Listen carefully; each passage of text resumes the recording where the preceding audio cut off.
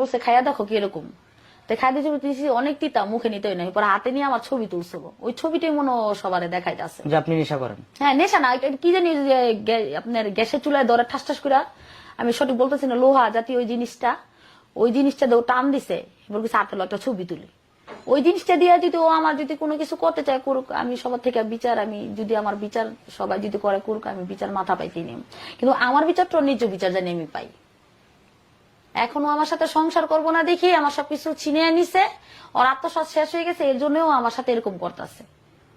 সে আমার থেকে ভালো, অনেকেই বলতেছে যে তুমি অনেক মেয়েদের সাথে সুন্দর সুন্দর মেয়েদের সাথে তুমি শুটিং করছো, বিয়ে করো নাই, তাহলে এরকম একটা মেয়ের কাছে কিভাবে গেলাম?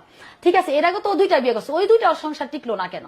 আমার তো ছেলের বাবা তালাক দিছে, তারপরে মেয়ের বাবা আমার বিয়ে করছে, আমি মেয়ের বাবার সাথেও প্রেম করি নাই, শাকিলের সাথেও প্রেম করি নাই, ছেলের বাবার সাথেও প্রেম করি নাই, এটা বাস্তব। কে সাথে আমি প্রেম করি নাই? আমার প্রথম বিয়ে আমার জিদে বিয়ে বুঝছে, আমার মা একটা ডাকনা দিয়ে আমার ঢিল্লা দিছিল, দোকানে বসে আমি একজন বাকি দিয়ে দিছিলাম, তখন ওই জিনিসটা যাই না যাওয়ার পরে থেকে আমার মাসের পরে আমি প্রথম বিয়েটা বসে গেছিলাম আমি রাগে জিতে। আর মেয়ের বাবু আমার ট্রেনে দেখে পছন্দ করছে, আমার ছোট বোন বিয়ে দিয়েছে 1 মাস পরে, বলছে এইভাবে থাকিস না। আমার ছেলের বয়স তখন 2 বছর, তাহলে হিসাব করেন 2 বছর আর বিয়ের বয়স 12, এখন 3 হয়নি, তা আমার ছেলের বয়স কিভাবে 17 বছর হইব? যে শাকিল বলে আপনারা তো নিজেই আমার ছেলেটারে দেখছেন, এখন কালকে দেশে ছিল, দেশের থেকে আজকে আইছে, কালকে রাত্রে আইছে। সাকিবের উদ্দেশ্যে কি বলার আছে?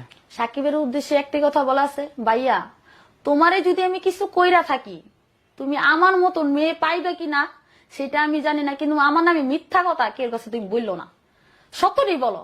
তুমি সত্য বিচার চাও তো, বিচার করার মালিক হলো উপরওয়ালা এক, কেউ বিচার করতে পারবো না, এই দুনিয়া হলো মিথ্যা বিচার হইব, সত্য বিচার আসল বিচার হইলো উপর থেকে হয়, ঠিক আছে মরলে তুমি সত্যটাই বললো, ভাইয়া আমার নামে মিথ্যা কেলেম দিও না। যদি তোমার আমি তিল পরিমাণ তোমার বাবা মারে তোমার যদি কিছু কইরা থাকি, আর তোমার রাইতে 2টা নাই 3টা নাই, আমি তোমার খাবারের না আমি খাওয়াইছি, তোমার 3000 টাকা দাও, তুমি জেনে যাবে এর আগের দিন 3000 টাকা দাও দিয়ে তোমার একটা ইলিশ মাছ যাত্রা বাড়ি আরো থেকে আমি তোমার না খাওয়াইছি, সেই শাকিল তুমি আমার নামে যে তুমি ব্যাড ক্লেম দিতেছো ভাইয়া, আমি তোমার কাছে প্রশ্ন এইটাই করতেছি, আমার কিছু বলার নেই আর ভাইয়া, এখানেই আমার শেষ। আমার নাম শিখা। শিখা, আচ্ছা আপনার বর্তমান বয়স কত? আমার বর্তমানে বয়স 29, এখন শাকিল বলে আমার নাকি 35 বছর। 29 বছর, আচ্ছা। জুনিয়র সাকিবের বয়স কত ছিল? তার বছর 26, সে দিছে 25। 26, সে দিয়েছে 25। হ্যাঁ, সে কিন্তু একটা ভিডিওতে বলেছে হচ্ছে আপনি নাকি তার বড় আপু। আমি জুনিয়র সাকিবকে ডিভোর্স দিয়ে নেই, মেয়ের বাবার ডিভোর্স দিয়ে দিছি। মেয়ের বাবাকে ডিভোর্স দিয়েছেন? জি। আচ্ছা, এখানে একটা কথা, আপনার বিয়েটা কিন্তু পরিপক্ক হয়নি, সেটা কি আপনি জানেন? ভাইয়া আমি একটি জানি, ওর আমি ভালোবাসি, ও আমার বিয়ে করছে, আমি ওর বিয়ে করছি দেখি বিয়ে হয়েছে, আল্লাহর হুকুম হয়েছে দেখি। কিন্তু এটা আল্লাহর হুকুম হলেও ইসলামী শরিয়া মোতাবেক 3 মাস 10 দিন পরে একটা হাজবেন্ডকে ছাড়া 3 মাস 10 দিন পরে একটা মেয়ে বিয়ে করতে পারে। তাছাড়া তার পেটে যে সন্তানটা থাকে সেই সন্তানটা কিন্তু যার সন্তান হিসেবে চিহ্নিত হয়, এটা আপনি জানেন? এই কথা বলবেন না, আশা করি এই কথা বলবেন না, যেহেতু বাচ্চার কোনো দোষ নাই, ঠিক আছে? না, দোষ নাই এখানে, যদি করি আমি করছি, সাকিব করছে, ঠিক আছে, না কোনো বাচ্চার কোনো দোষ নেই, আশা করি আমার বাচ্চা নিয়ে কোনো কথা বলেন না। না অবশ্যই, কিন্তু এখানে যেটা ইসলাম বলে সেই দিক থেকে আমি বলছি আপনাকে। আপনি ক্রিকেট খেলে যে কি জানি বলে, সে কিন্তু নাসির তামিমা, ওরাও কিন্তু মানে হাজবেন্ডের তালাক নেয় কিন্তু বিয়ে করছে, পরে কিন্তু তালাক হয়েছে ভাইয়া, এটা নিয়ে কিন্তু কোর্টে মামলা। এটা অবশ্যই আপনার যেটা মনে চাবে আপনি সেটাকে আইন যাবে। মামলা হইতাছে। তারপর আপনার এই যে মামুন টিকটক করে, ও কিন্তু বিয়ে করছে, ঠিক আছে, ওদের ভিতরে ভালোবাসা হয়েছে দেখি কিন্তু মানে বিয়ে করছে, ওরা সুন্দর সংসার। আপনি কি সেই মামুনকে ফলো করে কি কাজটা করছেন? না না, এরকম আমি ফলো করে করি না, মানে অনেক। তাহলে কি জুনিয়র সাকিব করেছে ফলো? সেটা আমি বলতে নেই, কিন্তু ও মাঝে মাঝে বলতো যে মামুন দেয় কত কিছু গিফট দেয়, আইফোন দেয়, গাড়ি দেয়, বাইক দেয়। হ্যাঁ আমি কি পাইছি? আমি তো বলছি তোমার আমি বাইক দিছি, ক্যামেরা দিছি, মোবাইল দিছি, কাপড় চোপড় যা। ক্যামেরা কত টাকা দিয়ে কিনে দিচ্ছেন? ক্যামেরা 60,000 টাকা দা দিছি, সেকেন্ডের ক্যামেরা, আর মোবাইল দিছি 60,000 টাকা দা কিনা। আচ্ছা আচ্ছা, টোটাল ওনার পিছনে মোবাইল, ক্যামেরা এবং মোটরসাইকেল কত টাকা গেছে?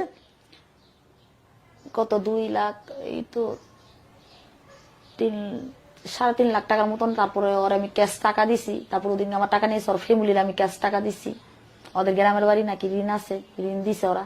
তারপরে একটা মেয়েরে 30,000 টাকা দিছি আমি, মিষ্টি করে মেয়েটারে আইনে ও বাসা। এত টাকা আপনি কিভাবে পেলেন? আমি জমিটা বিক্রি করছি ভাই, আমার জমির পুরো কাগজ আছে, কাগজটা আমি দেখাবো। আচ্ছা, কত লাখ টাকা বিক্রি করছেন আপনার জমি? জমিটা বিক্রি করছি 11,10,000 টাকা।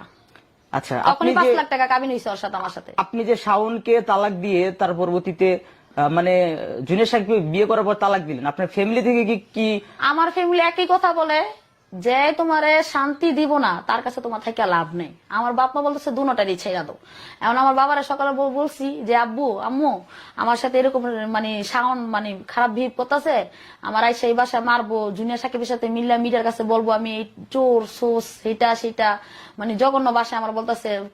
কালকে একটা লাইফ আইসে, মেয়ের বাবা লাইফ আইসে আমার নামে জঘন্য জঘন্য কথা বলতেছে, আমার ফ্যামিলির নিয়ে আমারে নিয়ে, জুনিয়র সাকিবের সাথে মিললে আমার ক্ষতি করবো আমার বলতাছে। এবার বলছি আপনি নাকি তার সঙ্গে একটা ছেলে থাকে, নাম হচ্ছে সোহাগ, তাকে নাকি না, তার না, হাত ধরে টানাটানি করছেন? না না, ওর সাথে যদি বলে সোহাগের তিন ঘরের 3টা বাচ্চা আছে, বড় ঘরের মেয়ে একটা আছে, তারপরে আরেকটা দ্বিতীয় ঘরের মেয়ে আছে, ওইটা সোহাগের আম্মু পালে। মেয়েটার বয়স হলো আপনার 12 বছর, না 13 বছর।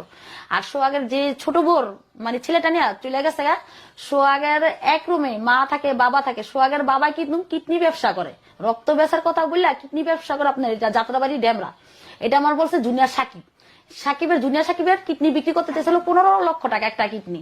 যখন আমি বাইক কিনা দেই না আর ওর টাকা দেই না, তখনই আমি জায়গা বিক্রি কইরা আমি বাইক কিনা দিছি আর ওর ক্যাশ টাকা দিছি ভাইয়া। এটা আপনি যদি তদন্ত করেন কেরানীগঞ্জে যাইয়া, মানে ওই যে সোহাগ বুড়িয়া বেটার বাপে যে কিডনি বিক্রি করে, আর সোহাগ হলো চিন্তাগার। যদি আপনারা কেরানীগঞ্জে যান সবাই বলবো সোহাগ চিন্তাগার, সোহাগ বাবা খায়, গাঁজা খায়, আপনার ট্যাবলেট খায়, আপনার ওই যে কি জানি বলে আর একটা কি জানি ওই যে সাদা সাদা ওই যে আগুনদা দরায় খায়, কি জানি আরেকটা ওই যে হিরণ খায়, ঠিক আছে, ও সব খায়। সোহাগের 3টা বউতে একটা বউ নাই, আর সোহাগ আমার পায়ের যুগ হইব না। তো ওর চেয়ে অনেক সুন্দর দিই মেয়ের বাবা সোসাইটি ভালো, ব্যাকগ্রাউন্ড ভালো, তাহলে মেয়ের বাবা শিক্ষিত, তাহলে মেয়ের বাবার কাছেই তো যেতে পারি, সোহাগের কাছে কিসের জন্য যাবো?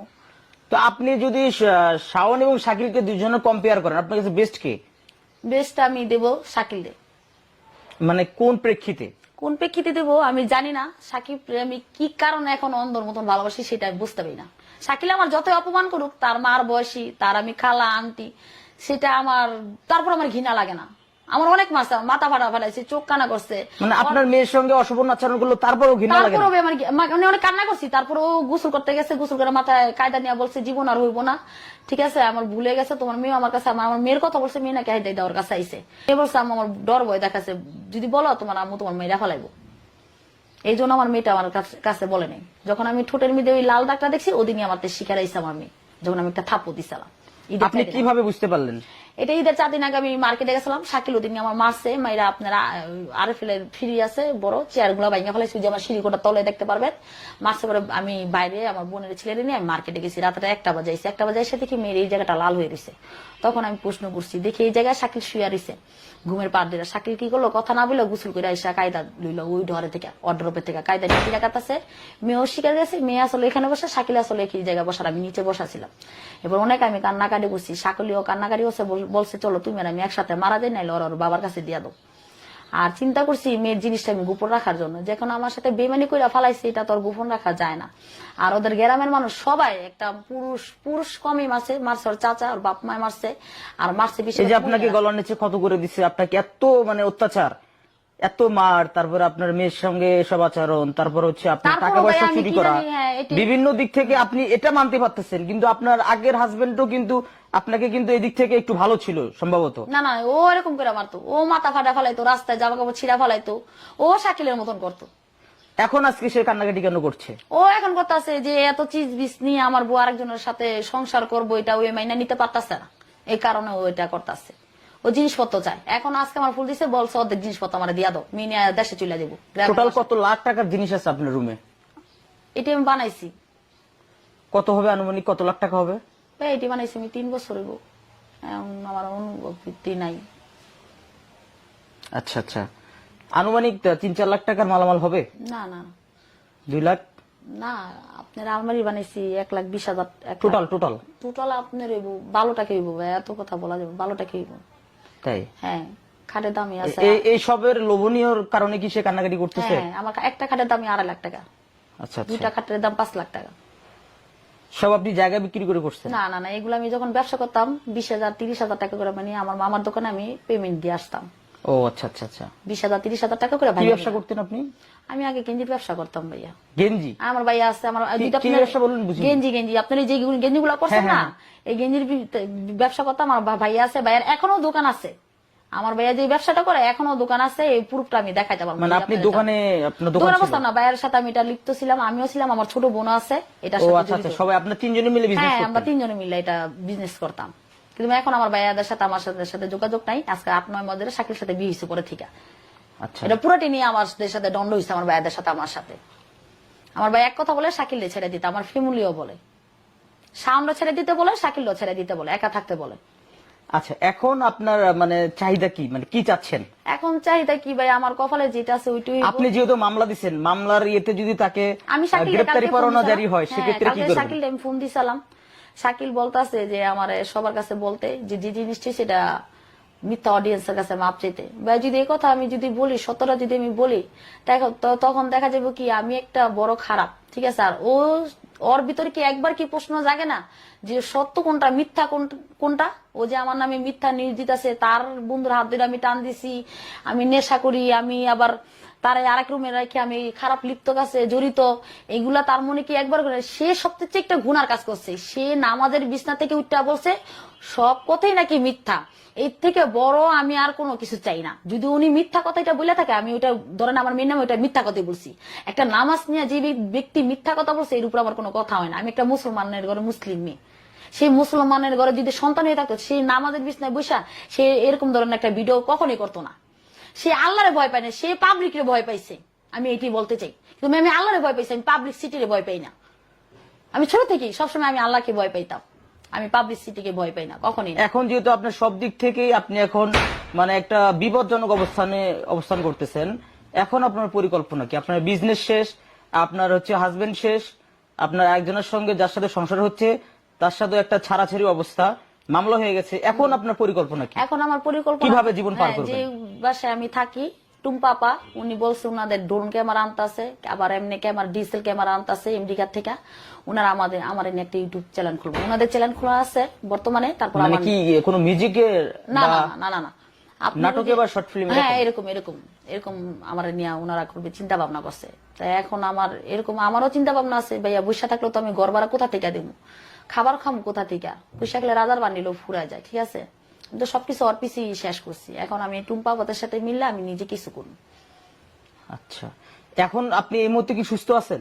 হ্যাঁ, সুস্থ আছি, কিন্তু অসুস্থ ভাই, তারপর সুস্থ আছি, অসুস্থ তারপর সুস্থ আছি। ঘুম আসে না, খাওয়া দাওয়া করি না ঠিক মতন, সব 24 ঘন্টায় কান্নাকাটি করি। আপনি